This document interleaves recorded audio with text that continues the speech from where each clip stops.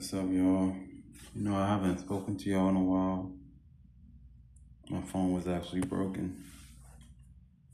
My phone was not in commission. Remember that last video I posted with my phone when I was in the rain and I was drenched? So that day, my phone had water leakage and had to dry, so it's been out since then. And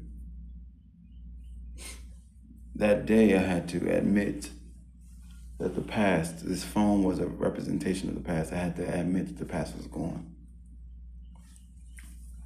I didn't even mind it. I just kind of, it is what it is. And metaphorically, everything on this phone is work-based. Everything on this phone. My Cash App, Venmo, Zelle, email, everything business is on this phone. And everything on that other phone that I use is for my talking, leisure basically. God said, you will live a life of leisure now. You've done the work. This phone can die tomorrow because it's not relevant to you anymore. Quick side note, so I go to work last week on Friday, right? And I tell you about that Cone, the hater, the dude from Alabama, right? I told you about him. So remember when I told you that he quit, he got fired. He came back, because this plantation always needs workers. They need a good nigga. It's a part of the system. And no matter how much the free man works for the plantation, they will always prefer the good nigga instead, because he will never leave. Any individual that aspires to be free will always be hated on, because we will inspire others to be free as well. So I go to work with him. Whole time I'm not supposed to go to work, but God wanted me to go to work and make a choice and see. Because every day I wake up, I ask God, give me sight to see what you want me to see. So I'm working with one of the dudes that I do rock with and one of the dudes that I don't. There's three of them. Me, another black guy, another Hispanic. We get to the job. There's two gay clients. They both make a joke about the gay clients. I'm over here having a good time, because I don't need to judge people or to joke about people just for the sake of it. It's not in my character. So we get into the job. The gay dudes tip us $40 a piece. You know what they say? Why couldn't they have tipped us 50? The spirit of lack of gratitude, the spirit of ungratefulness. So I tell them, God says, tell them about your phone being broke. I told them that in person. We were in the car. I said, my phone broke. I said, y'all could just give me cash, because he sent it through the Venmo. When I tell you, the coon sent my money to the Venmo so quick, because he wanted my Venmo money to be in the ether. If I can't get into my phone, I can't get the money. The whole time my phone was off because it would not turn on. It was literally dead. I would charge it, it would say Metro and die. I would charge it, it would say Metro, PCS, and die. I would charge again. It didn't matter how much energy I had. God said, because I need you to understand that in the end, I will always win. I will always have the last word. I need him to think that you won't get this money, to see where he's really at with it. Because when you leave this job, that'll be your argument. This cone keeps discriminating against me, even though we're both of melanin. Because discrimination has no true argument. Like, you can't really prove it's happening. It's very implicit. God said, let him have his fun. When you quit this job and you aspire and you gain more, let this be your reasoning for leaving and not coming back. And after that, guess what happened the next day? The next day, coincidentally, my phone turns on. I charge it in the plug socket, right? I go to sleep because this whole month I've been abnormally drained. I go to sleep. I wake up, the phone has 13%, enough to give me my money. Odd, right? Because God will always win in the end. They get worse. They get back to the crib. This is another thing about empathy and kindness and people thinking that you're stupid. They get back to the crib. These two women that I live around, they use their seduction powers to try to get Art out of me. The girl bends her ass over right near my pelvic area. The whole time she got a man, but he be abusing her. So women will always use a man against a man, even though their energy should be only against one. So she's over here talking about, hey, can we make a painting together? Because I really like the style, this, that, and the third. Whole time I've been painting in this place about 4 years. Not one of y'all said nothing about art until I started investing all my energy into it. Not once did they say the word money.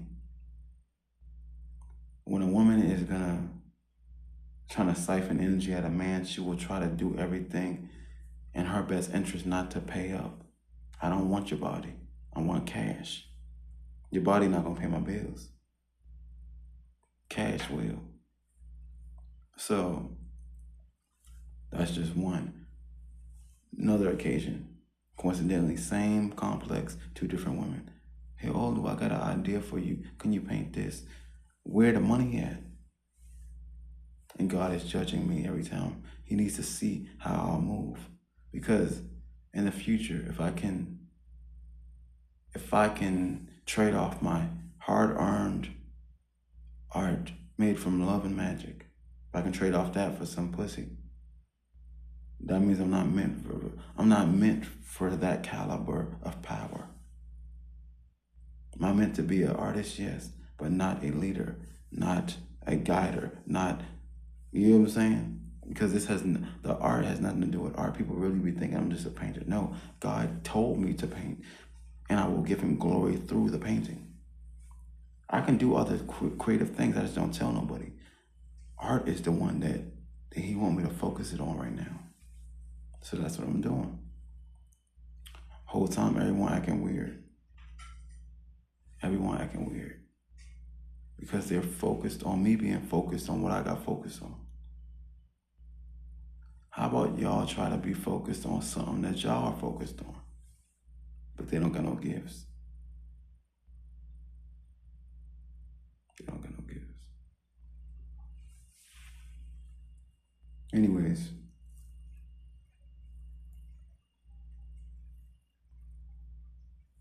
at this point in your life, focus your energy on you. No matter if you gotta be alone. God didn't give me Jesus. He didn't give me dreams for a week straight. And he said the ignorant shall perish. Meaning that all these niggas, they will perish eventually. And if you try to use attachment through pity, pain, or through any toxic or unorthodox, low-level unorthodox reasonings, it will not work. It'll always backfire, because your true love will come from those that love you back. You will find your tribe when you align it with it. Otherwise, it will not work. You can try to take people in from your family, from your friendships, from your past. If they're not aligned where you are, it won't work. Girlfriends, boyfriends, husbands, wives, children, aunties, uncles, father, mother, your job, co-workers, neighbors, it's all the same thing. If they're with you, they're with you. And if they're not with you, they're not with you.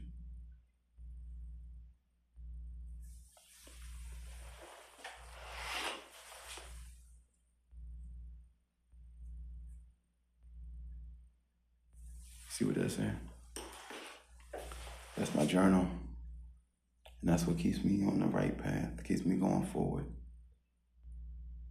Because I know if I didn't have a belief in him, I'd have already offed from someone already. I probably wouldn't off many people.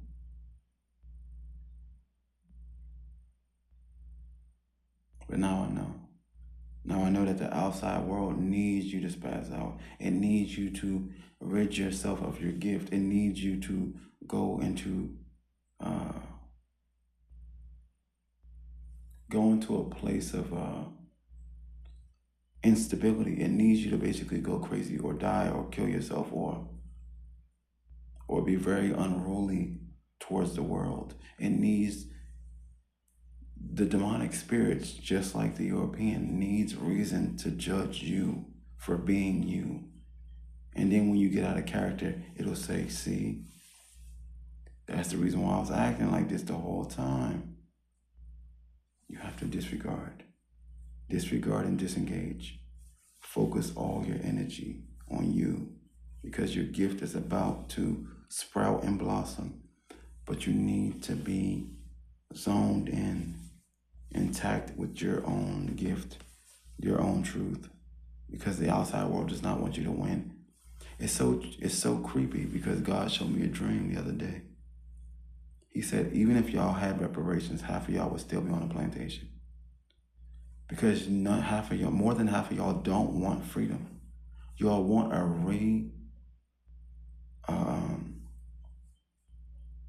you all want a reformed version of the enslaver. You want him to change, but you do not want him to be eradicated from your storyline. Many of you all will perish because of ignorance. But I'm ready to detach. I'm ready to amputate anything. It doesn't matter. I've seen the dreams. I've seen the visions. I'm at that point. I'm good. I don't care if I got to do this alone. I'm good. I'm going to focus on my art, do God's will, and pass on. I want you to know that from this day on, there will always be demonic spirits coming at you and monitoring you and just trying to see what you got going on, because they don't have nothing to do with their life.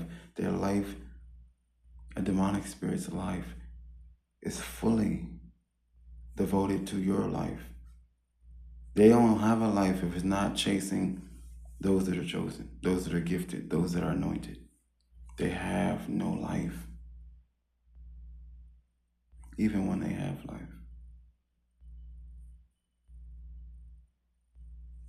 I'm gonna tell you this last thing. I asked my boss for some hours, right? He said he don't got no hours to give.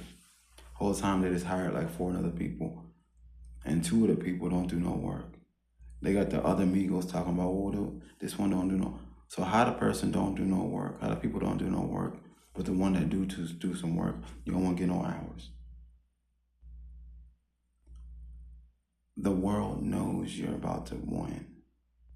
The world knows you're about to win. The world knows you're about to win. And it will do anything in its power to reject you from doing that. But if God is your witness and God is your power, if God is your guide, you will always win. Keep quiet. Focus your energy on thriving and completing your goal. Keep going forward. Do not look back.